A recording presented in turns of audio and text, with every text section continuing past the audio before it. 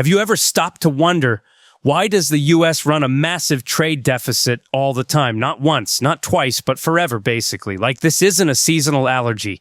It's not, oops, we imported a bit too much this year. No, America has been professionally importing more than it exports for almost 50 years straight. That's not a hiccup. That's a lifestyle. Just look at this chart. It's not a dip. It's not a bump. It's a chasm, an ever-widening red canyon of trade imbalance that's been growing since the 1970s. And by now, it's practically a geological feature of the global economy. In a world of over 200 countries, no one else is doing this. No one else has kept such a jaw-droppingly huge trade deficit going this long without, imploding. It's like watching someone eat only fast food for 5 decades and somehow still run marathons. So here's the real question. Why America? Why this country? Why is the U.S. the only place on earth that can rack up such a mind-boggling trade deficit and somehow get away with it? Before we answer that, let's take a step back. Because first, we need to answer a much simpler question. What even is a trade deficit? What does it mean? And honestly, it's pretty straightforward. A trade deficit happens when a country's total imports exceed its total exports.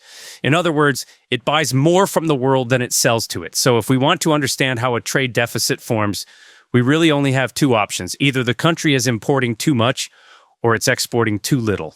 Let's start with the first one, importing too much. Now, one common explanation is that American shoppers just can't resist a good deal. And that's not wrong. Who can blame them? Stuff from East Asia and Southeast Asia is cheap. We're talking low labor costs, tax breaks for exports, subsidized electricity, and in some cases, governments straight up accused of dumping products on the global market. And it's not just that things are cheap, the quality has been getting better too. At first it was affordable but sketchy, and now it's affordable and actually kind of amazing. For American companies and consumers, these products are basically irresistible. Over time, the U.S. started importing more and more from these countries, locking in a structural pattern. Surplus countries produce, America consumes. But cheap imports are only half the equation. But maybe it's not just about importing too much. Maybe the U.S. just doesn't export enough. That leads us to manufacturing. People will say, well, duh, America doesn't make stuff like it used to. Factories moved overseas. Labor costs went up. The t-shirt you're wearing probably took a tour through 3 countries before landing in Target. So naturally, America has lost some of its edge in global markets. But if you ask someone with an economics background, why does a country run a trade deficit? You'd probably get a very different answer. They wouldn't talk about factories. They won't blame cheap labor in Asia. They might not even talk about exports or imports at all. Instead, they'll drop something way more abstract because the country doesn't save enough. At first, this explanation might not seem to make much sense. Savings? What does savings have to do with international trade? What does saving money have to do with whether America buys too many iPhones from China? To answer that, we need to go digging through international economics textbooks. You'll find one formula that shows up in basically every international economics textbook. It goes like this. Current account balance equals total national savings minus total investment. Yes, it sounds abstract, but we can break it down, one piece at a time. First, the words savings and investment here don't exactly mean what we usually think they do because they're not talking about your personal bank account or stock portfolio. In economics, total national savings means all the money across households, businesses, and the government that's earned but not spent. So if someone makes $100,000 a year and spends $60,000 of it, the remaining $40,000 counts as savings. It doesn't matter whether they put it in a bank, buy bonds, or just shove it under your mattress. It still shows up in the national savings rate. Investment, on the other hand, means something very specific. Spending on things that used to build real productive capacity, like building new factories, buying machines, expanding infrastructure. It does not include buying stocks. It also does not include flipping real estate. So, how does this relate to trade? Well, if a country is investing more than it's saving, that gap has to be filled from somewhere. And in the real world, that somewhere is usually the rest of the world through imports of capital and goods, and that means running a trade deficit. In a completely closed economy, one that doesn't trade with the outside world, something interesting happens. Total savings always equals total investment. Why? Because every dollar that isn't spent on consumption eventually gets funneled into building stuff within the country. If you didn't blow your paycheck on gadgets or brunch, that leftover cash will end up funding a factory, a new highway, or that mysterious research lab working on robot dogs. Basically, every dollar saved becomes a dollar invested. But once you open up to the world, boom, all bets are off. Let's say your country saves more than it invests, like you've got extra money lying around, but not enough good ideas to spend it on locally. So what happens? It doesn't just sit there, it flows outward. It gets lent or invested in other countries. And when that happens, something else shows up in the numbers. Your exports start exceeding your imports. You're now sending out more goods than you're bringing in, which means you export more than you import. You run a trade surplus. In simple terms, you have more money than you need, so you lend it out. Other countries use your money to buy your products. Your exports go up, and you become a surplus country. Now flip it. What if your country saves less than it invests? What if the government is building high-speed rail, businesses are building data centers, and cities are expanding, but nobody's saving enough to pay for it? What do? You borrow from abroad. You invite foreign capital, issue debt, beg investors from overseas to fund your ambitions. And as a result, you start buying more from other countries than you're selling to them. That's how you get a trade deficit. So when an economist is asked, why does the U.S. have such a massive trade deficit? They're not going to point at your shopping cart or at offshored factories. They're going to pull up one chart, America's national savings rate, and they'll say, because Americans just don't save enough. Now, that last explanation isn't wrong, but it's also kind of like a linguistic trick. And it's like asking, why is this road so jammed with traffic? And someone says, because there are too many cars. Thanks, Professor Obvious. The real question is, why are there so many cars on this road to begin with? So let's dig deeper. If a country runs a trade deficit because it saves too little, then the next question becomes, why doesn't America save enough in the first place? One answer is pretty intuitive. Low savings means high spending. Americans like to consume. It kind of makes sense. They've got a high standard of living, a massive middle class, and a cultural vibe that says, why save for the thing when you can have the thing now? Buy now, pay later, credit cards, mortgages, financing options for your dog's therapy sessions, all part of the ecosystem. And because people are constantly spending, their demand outpaces what the U.S. can produce internally. To make up the difference, they have to import a lot from the rest of the world to fill the gap. Clothes from Vietnam, sofas from Malaysia, iPhones from China. Imports go up, exports can't keep up, a trade deficit. Makes sense, right? But wait, there's another theory. This one points the finger not at the people, but at the government. Economists call this negative public savings, which is a fancy way of saying the government is dragging down the country's overall savings rate. So, under this lens, the trade deficit isn't caused by Americans buying too many flat-screen TVs. It's caused by Uncle Sam maxing out the national credit card. In this view, the trade deficit is just the mirror image of the federal budget deficit. All right, so far the theories kind of make sense, right? Low savings, high spending, government budget blowouts, all leading to trade deficits. And sure enough, you can find academic papers backing this up, complete with graphs, footnotes, and that one guy in the comments section who insists he's read them all. But here's the catch. If this logic is solid, then why isn't every big spending, low saving country walking around with a trade deficit the size of Texas? After all, the U.S. isn't the only country with a love of spending or a habit of running up government debt. Let's take a look at Greece. Before the European debt crisis, the Greek government was spending like there was no tomorrow. They were building highways, expanding the military, handing out subsidies, and offering early retirements like candy. And the people also spending like there was no tomorrow. Low interest rates, easy credit, zero chill. Savings rate? Basically non-existent. Investment? Still going strong. This is textbook trade deficit conditions. And for a while, it worked until it didn't. Because here's what happened. Eventually, the money ran out. Or more precisely, the trust ran out. Foreign investors stopped lending. The financial IV drip got yanked. And suddenly, the whole economy flatlined. The result? Government default, pensions slashed, unemployment through the roof. Greece didn't stop spending because it wanted to. It stopped because no one would let it borrow anymore. No one was willing to keep funding the imbalance. And then there's Sri Lanka, another country with high deficits and low savings. The government spent way more than it earned. Foreign debt piled up like shipping containers. People relied heavily on imports, food, fuel, medicine, but exports never caught up. The system was totally out of balance, but it limped along thanks to international loans and don't look down vibes. Until one day, investors did look down and bailed. Debt costs exploded, fuel ran out, supermarket shelves emptied, and the country had no choice but to request emergency assistance from the IMF. So, no. Not every country that loves to spend and runs big deficits ends up with a massive decades-long trade imbalance.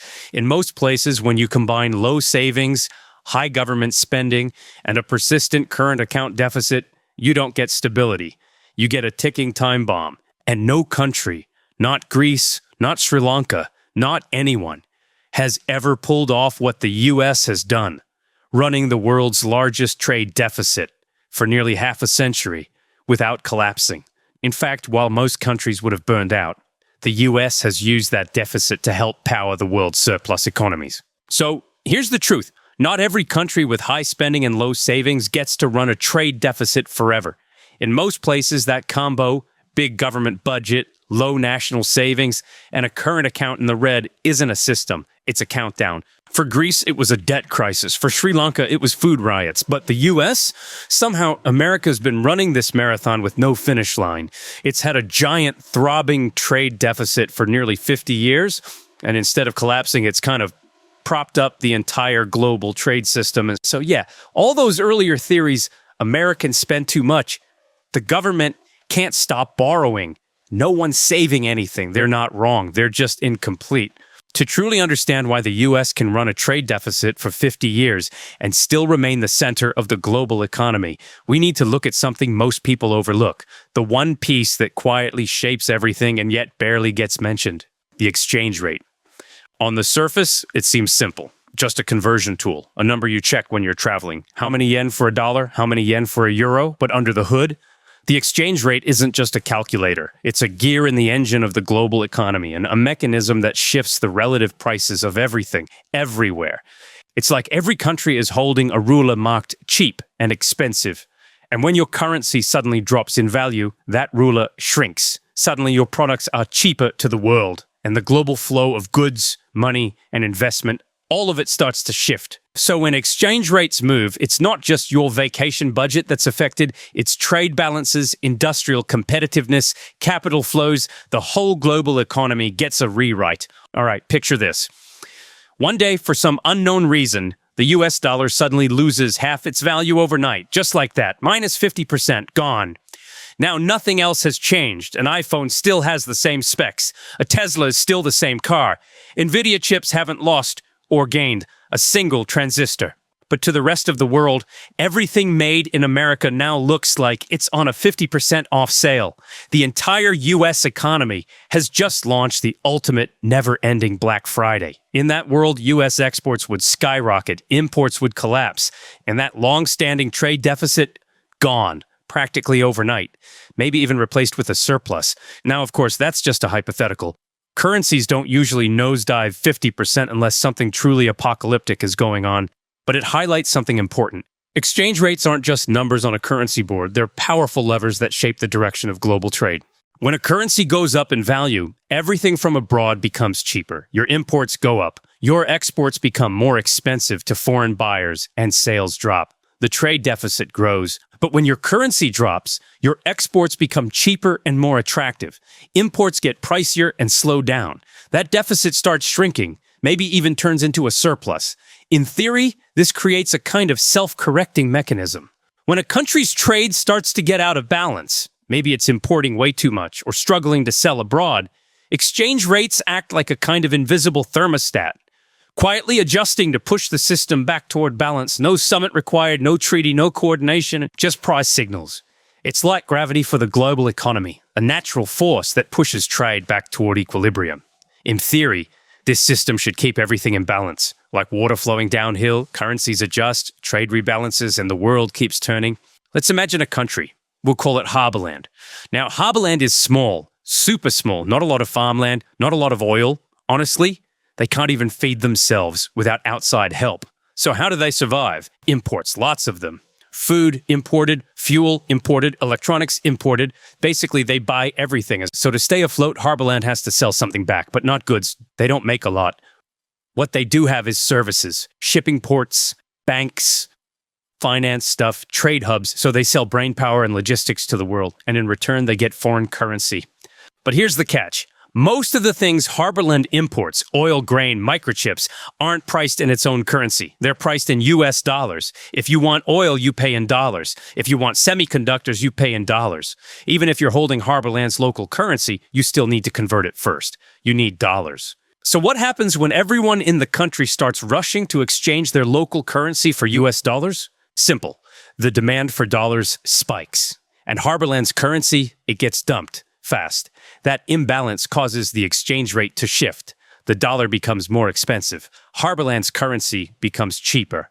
In economic terms, the local currency depreciates. And here's where the invisible hand of the market does something interesting. As Harborland's currency falls in value, two things happen. First, Harborland's goods and services just got a lot cheaper on the global market. It's like someone slapped a 20% off sticker on everything it sells. Exports become more competitive. Second, imports suddenly cost more. Foreign goods now look expensive and demand starts to fall. Together, these two effects help restore balance. Exports rise, imports slow down, and little by little, the trade deficit begins to shrink. So here's the beauty of it. In most countries, trade deficits don't last forever. Why? Because the system fixes itself. When a country runs a trade deficit, its currency usually starts to weaken, imports get more expensive, exports become cheaper, and slowly the balance starts to shift back. This whole process is driven by one thing: price signals. No central planner, no international coordination, just markets doing what markets do, automatically adjusting themselves. But now we hit the weird part. Why hasn't this ever worked for the United States? In most countries, trade deficits come and go in cycles. They grow, then shrink. Currencies rise, then fall. The system corrects itself. But the U.S. is a glaring exception. The American trade deficit isn't a blip. It's not a phase. It's a lifestyle choice. It's been running hot for nearly 50 years. And if you go by textbook economics, that should have triggered a massive dollar depreciation by now. Exports to expensive currency should drop. Currency drops. Exports become attractive again. Everything rebalances. Except that's not what happened. The dollar didn't crash. It stayed strong. And sometimes it even got stronger. So what gives? One common theory is the natural adjustment mechanism didn't fail. It was interrupted. See, in a lot of developing countries, governments don't exactly trust the free market to handle currency swings. So they step in, they peg their currency to the US dollar, they set limits on how far it can move, or they have their central banks buy and sell currencies directly to stop the exchange rate from moving too much. This is done to protect the local economy. Imagine you're the finance minister of a developing country. Your currency drops, suddenly imported milk, phones, medicine, everything in the supermarket just got a lot more expensive. People get angry, inflation spikes, and next thing you know, you're not the finance minister anymore. Foreign investors bail too. They don't care if your country is politically stable or has a great long-term plan. They care about one thing: returns versus risk. And if your currency is falling, that means their investments are losing value fast. So they pull their money out and move it somewhere safer. This creates a new problem: capital flight. So countries fight off currency depreciation, and that currency stability, it's not free. It delays the necessary devaluation. Exports stay expensive, imports stay cheap, and the trade deficit keeps growing. But here's the key difference. Most countries can't do that forever. After a couple years, maybe 5, 6, they run out of reserves, out of options, out of time. The currency slips, the adjustment happens, the market wins. But not the United States. America has resisted this market correction for 5 decades. The trade imbalance hasn't shrunk, it's grown. And yet, the dollar never crashed. It never even really stumbled. So now the question gets even more interesting. Why is the US the only country where this system seems completely broken, but nothing bad happens? In most countries, governments try to stop their currencies from falling. The US once did the exact opposite. It tried to make the dollar fall. On purpose. Yep. America intervened in its own currency markets, but not to protect the dollar, to crash it. Flashback to 1985. At the time, the U.S. was running a weird combo: tight monetary policy to fight inflation, but loose fiscal policy with rising government spending. The result? The U.S. dollar soared in value on international markets, but that came at a cost. A stronger dollar made American exports more expensive. U.S. goods became harder to sell abroad. At the same time, imports, especially from Japan and West Germany, became even cheaper. Cars, electronics, consumer goods. They flooded into the U.S. market. America's trade deficit exploded. So the Reagan administration decided to act. They gathered the finance ministers of Japan, France, West Germany, and the UK in New York City. Together, they signed a deal that became known as the Plaza Accord. Its goal was simple: raise your currencies, let the dollar fall, give U.S. exports a fighting chance. And somehow, Japan, France, West Germany, and the UK, they all said yes. What happened next? The dollar dropped fast. American exports got cheaper. Imports slowed down. And just like that, the trade deficit shrank over the next few years. It was a rare case where governments tag-teamed the currency market, but this was a textbook example of the system working as intended. An overvalued currency corrected. A trade imbalance eased. The feedback loop functioned. Of course, the Plaza Accord didn't come without consequences. In Japan, the effects were immediate. After the deal, the yen skyrocketed. That's great for bragging rights. Not so great when you're trying to sell Hondas to Americans who suddenly think they're too expensive. To cushion the blow, Japan went full throttle on easy money, ultra-low interest rates and massive fiscal support, hoping to keep the economy growing. But instead of flowing into factories or new tech, that sweet liquidity took a detour straight into real estate and stocks. Asset prices skyrocketed. What followed? One of the biggest asset bubbles in modern history. By the early 90s, Japan wasn't booming, it was popping. Housing prices collapsed, the stock market crashed, and the country spent the next decade trapped in an economic hangover called the Lost Decade. And back then, remember, Europe didn't have the euro yet, so every country had to deal with its own currency headaches. A stronger franc or Deutsche Mark meant their exports got pricier, fast. Not exactly ideal when you're still trying to stitch together a shared economic zone. So what about the U.S.? Yes, the Plaza Accord did push the dollar down. Yes, the U.S. trade deficit shrank, at least for a while. But there was a problem. Manufacturing didn't come back. Factories stayed closed. Machines weren't replaced. In fact, a lot of companies looked at the situation and said, hey, still too expensive, and just moved production overseas anyway. Worse, the capital that was supposed to revive industry ended up elsewhere. Into the stock market, into housing. Asset prices boomed, but wages didn't, jobs didn't, and regular workers, they got nothing. Their jobs didn't return. Their wages didn't rise. Their skills weren't updated. The education system wasn't ready. So the American middle class ended up stuck. Too skilled to flip burgers, not skilled enough for the new economy, trapped between eras, and watching helplessly as the economy got fancier, but somehow emptier. In the end, the Plaza Accord was a temporary fix, a currency discount sale for American exports. It worked for a while, but once the sale ended, the old problems came right back. The deficit crept up again. The structure hadn't changed. It just looked prettier for a bit. Still, one thing it proved loud and clear: exchange rates do affect trade. When the price of your money changes, the world does respond. It was proof that the system could still respond, even if the fix was only skin deep. After the Plaza Accord in 1985, the U.S. stopped actively intervening in the foreign exchange market. The U.S. government handed over control of the dollar's value to the market itself. And to be fair, the few times they did step in afterward was so tiny they barely made a ripple. As the government backed off, the trade deficit got worse, way worse. By the mid-90s, it wasn't just a short-term imbalance anymore. It became chronic, like permanent feature of the U.S. economy, kind of chronic. And that tells us something really important. America's trade deficit today isn't the result of manipulation. It's not because the Fed is holding the dollar too high. It's not a product of policy. It's a product of the market. So, does that mean the market is broken? Well, not exactly, but we might be looking at the wrong part of the market. See, when we talk about exchange rates, we usually think in terms of trade. Exports go up, imports go down, that kind of thing. But that's only half the story, because currencies don't just respond to goods and services. They respond to something bigger, money itself. More specifically, capital flows. Let me explain. When a Japanese investor buys stock on the New York Stock Exchange, that's a capital inflow. When an Asian sovereign wealth fund buys U.S. Treasury bonds, that's a capital inflow. When a billionaire from the Middle East moves his portfolio into American banks, capital inflow. None of this involves buying goods, selling services, or shipping anything. but all of it involves buying dollars, and that means pressure on the exchange rate. So while we're sitting here waiting for the trade deficit to trigger a currency correction, the money from around the world is flowing into U.S. assets, propping the dollar up. Exports and imports, they're just one part of the system. In other words, the dollar isn't just being pulled by trade, it's being pulled by global demand for American financial assets. And that changes everything.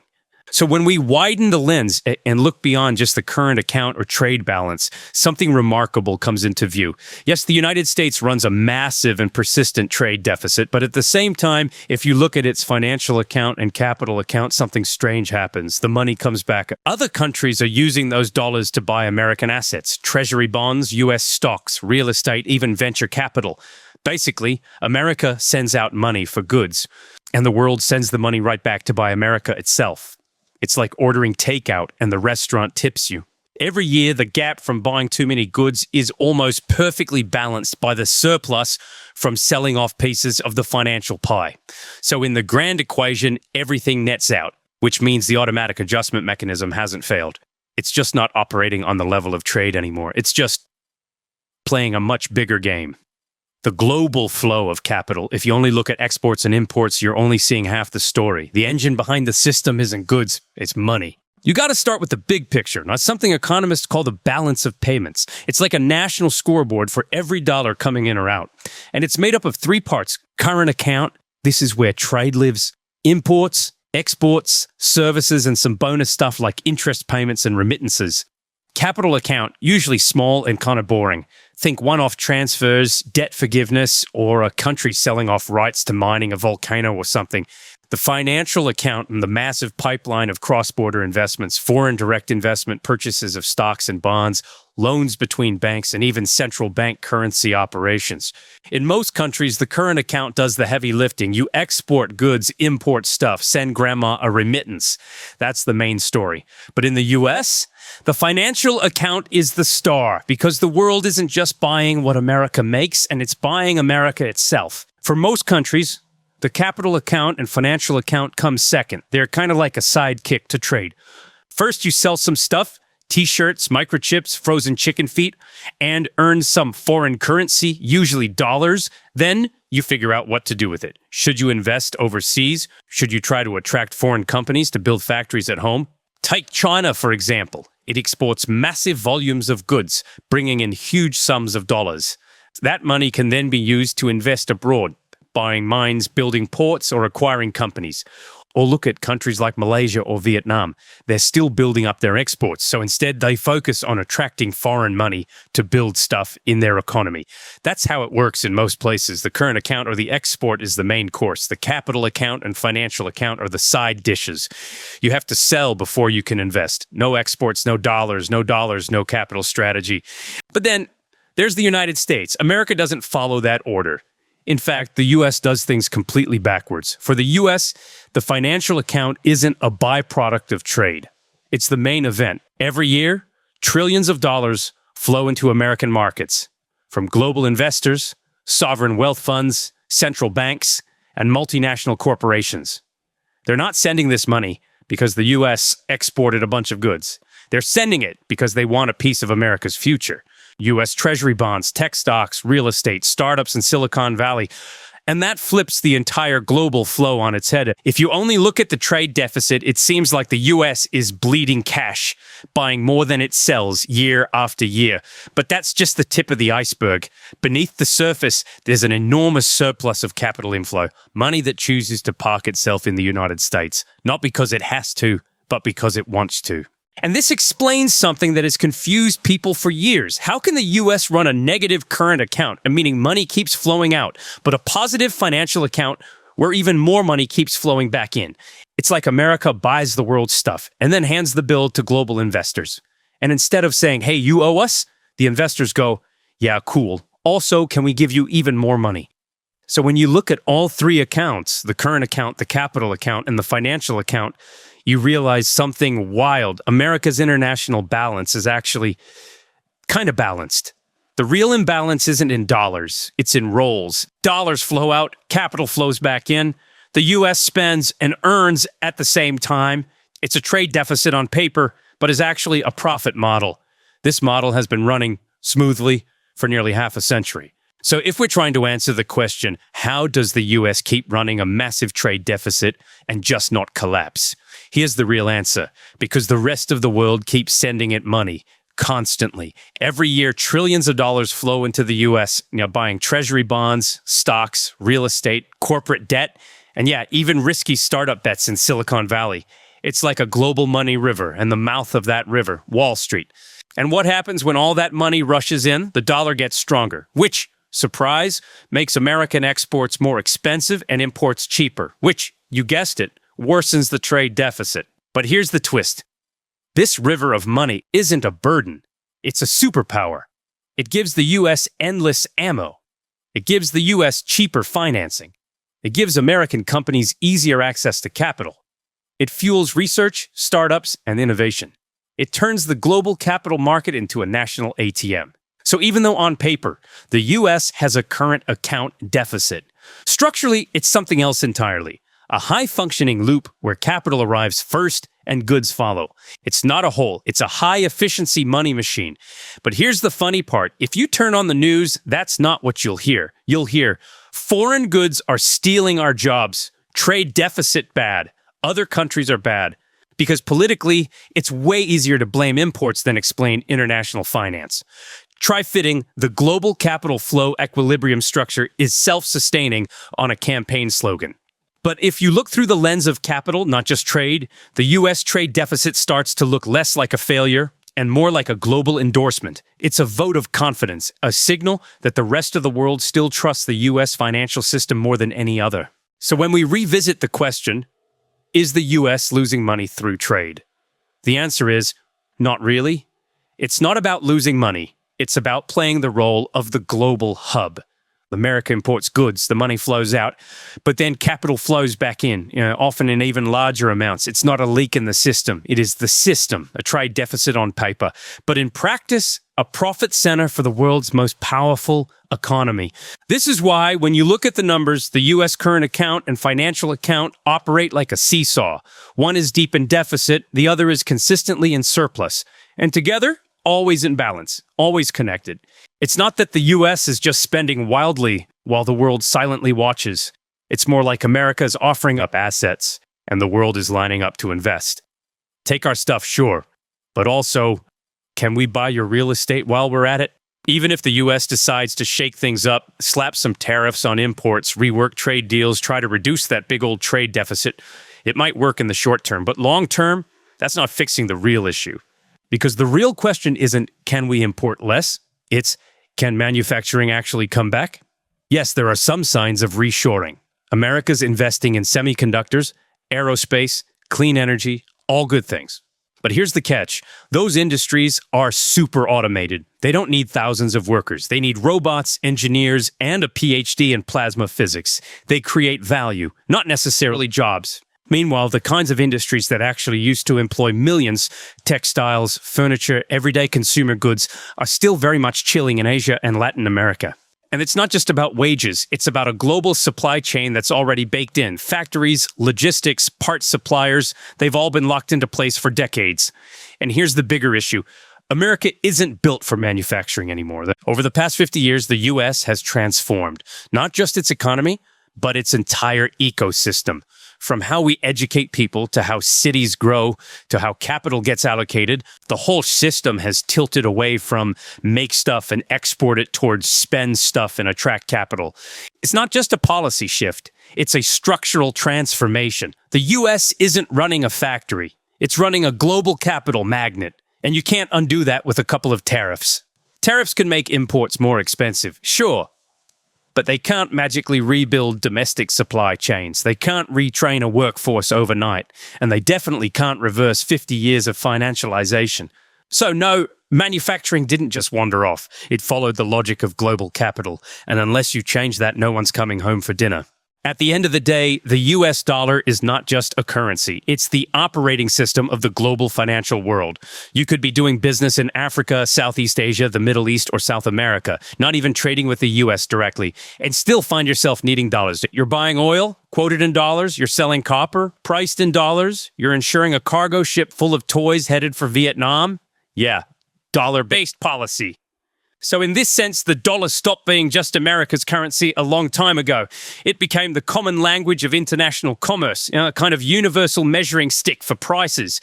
And when everyone needs something, demand doesn't really dip, which is why dollar demand stays high. Always.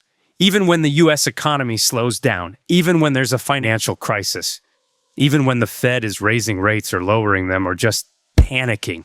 Why? Because the global economy never stops. Ships are still moving, contracts are still being signed, risk is still being managed, and the dollar is the ticket to ride. And when something is this essential, and when it's baked into every container, every barrel, every spreadsheet, its value doesn't get tossed around like a normal currency. The dollar doesn't fall just because GDP missed expectations. It doesn't collapse because of a budget deficit, because the dollar's true rival isn't another currency. It's the collapse of the entire system itself. And as long as the global economy keeps spinning, the dollar stays on top. It's a strange, unbalanced balance. If we rewind history to 1971, we hit the moment it all changed. That year, the US officially ended the Bretton Woods system, when the US officially unhooked the dollar from gold. Now that move killed the gold standard, but accidentally gave birth to something much bigger, a global trade, global finance, and global energy pricing. The everything dollar. This was also the birth of the petrodollar era, and from that point forward, the US built a closed global loop. Expand debt, attract capital, dollar strengthens, imports rise, trade deficit grows, and then the world sends that money right back into U.S. assets. And that feedback loop created one of the most counterintuitive outcomes in modern economics. The stronger the U.S. economy, the bigger its trade deficit. Why? Because growth attracts capital. Capital strengthens the dollar. A strong dollar makes exports harder and imports cheaper, and the trade gap widens. So the system loops back to one very weird conclusion. The very trade surpluses the rest of the world earns are eventually funneled back into the United States, not through goods, but through capital. But hold on. If the US dollar is the king of the global economy, is the US dollar being the world's currency really all good news for America? Well, not exactly. Back in the 1960s, a Belgian economist named Robert Triffin issued a warning, one that would become eerily prophetic. Testifying before the U.S. Congress, he laid out a fundamental paradox, one that still haunts the global financial system today. If the United States stopped running balance of payments deficits, the international community would lose its largest source of additions to reserves. The resulting shortage of liquidity could pull the world economy into a contractionary spiral, leading to instability. If U.S. deficits continued, a steady stream of dollars would continue to fuel world economic growth. However, excessive U.S. deficits, dollar glut, would erode confidence in the value of the U.S. dollar. At the time, the world was still living under the Bretton Woods system. Currencies were tied to the U.S. dollar, and the dollar was tied to gold. 1 ounce equals $35. Fixed. No wiggle room. But here's the catch. As the global economy grew, the world needed more and more dollars, and to settle trade, make investments, issue loans, you name it. And the only way those dollars could enter the global system was if America spent them, which meant running deficits, either by importing more, investing abroad, or just being the world's economic faucet. So now you've got a dilemma. If the US doesn't send enough dollars out, the global economy seizes up. But if it sends too many, people start asking, wait a second, is this dollar really worth 1/35 of an ounce of gold? This was the paradox that economist Robert Triffin warned about in the 1960s. This contradiction is also known as the Triffin paradox, a system that needed more dollars, but lost confidence the moment it got them. And sure enough, in 1971, that tension snapped. Nixon pulled the plug on the gold standard, and the dollar was no longer tied to gold. But here's the thing. This paradox didn't go away. It simply evolved. Because even today, decades later, the dollar is still the beating heart of global finance. It's still used to price oil, settle debt, move capital, and price everything from coffee to cargo ships. And that means the world still needs more and more dollars, which means the US still needs to send them out, which means it still runs big trade deficits. Quick question. Who is the biggest buyer in the US? The US government. It runs a chronic budget deficit, meaning it spends more than it earns. That's called negative savings. And when a country saves less than it invests, well, current account deficit. Boom. So after all these loops and historical flashbacks, we land on one deceptively simple sentence. The US can run a trade deficit forever because it prints the currency the whole world needs. It's not just paper, it's the oil and the gears of global commerce. And right now, only America has the printers. So here's the deal. If any other country wants to boost exports, build up reserves, or invest in global markets, they need dollars, lots of them. But where do those dollars come from? Simple. America buys stuff. When the U.S. imports goods, cars, phones, coffee beans, you name it, it pays in dollars. Those dollars go out into the world. Other countries earn them, and that is what keeps the entire global currency machine humming. So yeah, America's trade deficit, it's not a fluke. It's not a mistake. It's more like a public service. In a weird way, it's the price America pays to keep the dollar at the center of global trade, a structural duty baked into the system. But now we've got a new question, and it's a juicy one. If America is getting all this capital inflow, trillions of dollars from around the world invested in U.S. bonds, stocks, real estate, you name it, then where's all that money actually going? Because on paper, this sounds like a slam dunk. The U.S. sends out dollars through trade. The world sends dollars back through investments. America wins, right? Well, yes, but also not really. Because most of that incoming money, it's not building schools or factories, it's not reviving Detroit, it's not raising wages in small-town Ohio, it's flowing into assets, bonds, stocks, real estate, tech platforms. Wall Street gets it, Silicon Valley gets it. The parts of the economy that already had money, they just got more. So yeah, the U.S. became a magnet for global capital. But the benefits didn't exactly trickle down. We got soaring asset prices, venture capital unicorns, and 10-bedroom mansions in Palo Alto. But not necessarily more jobs in Milwaukee. So here's the uncomfortable truth. Yes, the U.S. trade deficit keeps the world supplied with dollars. Yes, capital inflows fuel American dominance in finance and tech. But the real winners are the people who own the assets, not the people making the stuff. And in other words, America's role in the global economy might look like a national superpower move, but the benefits are increasingly concentrated in the hands of a few.